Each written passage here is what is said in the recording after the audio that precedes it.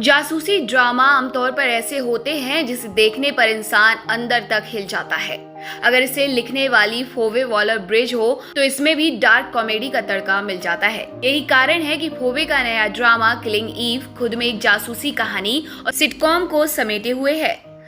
जासूसी कहानियों में किसी महिला का खूनी होना हमेशा ही आकर्षित करता है।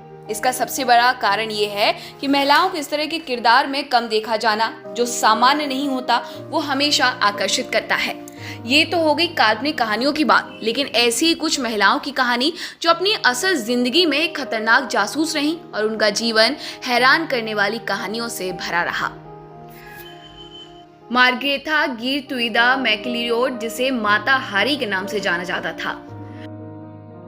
माता हारी एक कामुक नृत्यांगना थी जिसे प्रथम विश्व युद्ध में जासूसी करने के आरोप में गोली मार दी गई।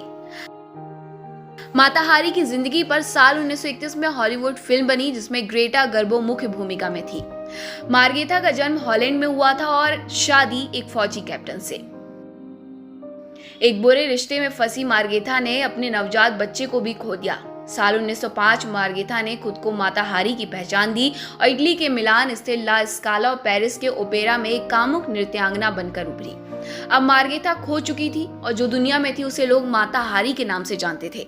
अपने पेशे के कारण उनके लिए सफर करना आसान था। इस कारण जर्मनी ने प्रथम विश्व युद्ध के दौरान माता हारी को पैसे के बदले जानकारियां साझा करने का प्रस्ताव दिया और इस तरह वो जर्मनी की जासूस बनी।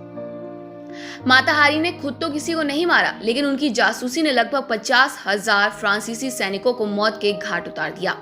इसके बाद फ्रांस को उन पर शक होने लगा। फरवरी 1917 में उन्हें पेरिस से गिरफ्तार कर लिया गया और अक्टूबर में उन्हें गोली मार दी गई। उनकी मौत के 100 साल बाद उनके अपराध पर बहस फिर शुरू हो गई। माता हारी को आज भी फेमिनिन सिडेक्शन और देश को धोखा देने वाले प्रतीक के रूप में देखा जाता है। शॉर्लेट का पूरा नाम Marie Anne Charlotte de Corday था और वो फ्रांस की क्रांति का हिस्सा रही। शॉर्लेट एक ग्रोडेन थी। फ्रांस की क्रांति में ग्रोडेन वो हुए जो राजशाही को खत्म करना चाहते थे, लेकिन हिंसा के खिलाफ थे। लेकिन क्रांति के लिए हिंसा को ना अपनाने वाली शॉर्लेट ने अपने विपक्षी जैकोबिन समूह के नेता जीन पॉल मेराट की हत्या की। जुलाई साल 1793 शॉर्लेट ने मेराट को उस वक्त चाकू मारा जब वो बाथ टब में नहा रहे थे। जब उन्हें इस हत्या के जुर्म में गिरफ्तार किया गया तो शॉर्लेट ने इसे देश हित में की गई हत्या कहा।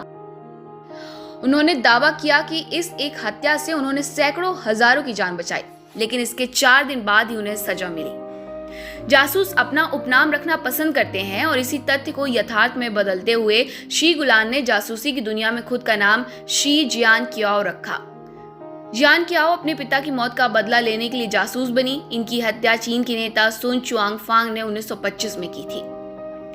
10 साल बाद जियान क्याओ ने चुआंगफांग के सिर में जब गोली मारी तब वो एक बौद्ध मंदिर में पूजा कर रहे थे। इस हत्या को अंजाम देने के बाद घटना स्थल से भागने के बजाय वो वहीं रुकी रहीं और अपना गुनाह कबूल किया।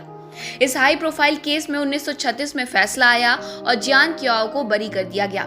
इस केस में कोर्ट का कहना था कि यह हत्या अपने पिता की हत्या से आहत होकर की गई। साल 1989 में शी जियान क्याओ की मौत हुई। सब्सक्राइब करें हमारे चैनल देश ऑनलाइन पल्स ऑफ पीपल और बेल आइकन को क्लिक करना ना भूलें ताकि आप अपडेट रहे हमारे नई वीडियो से।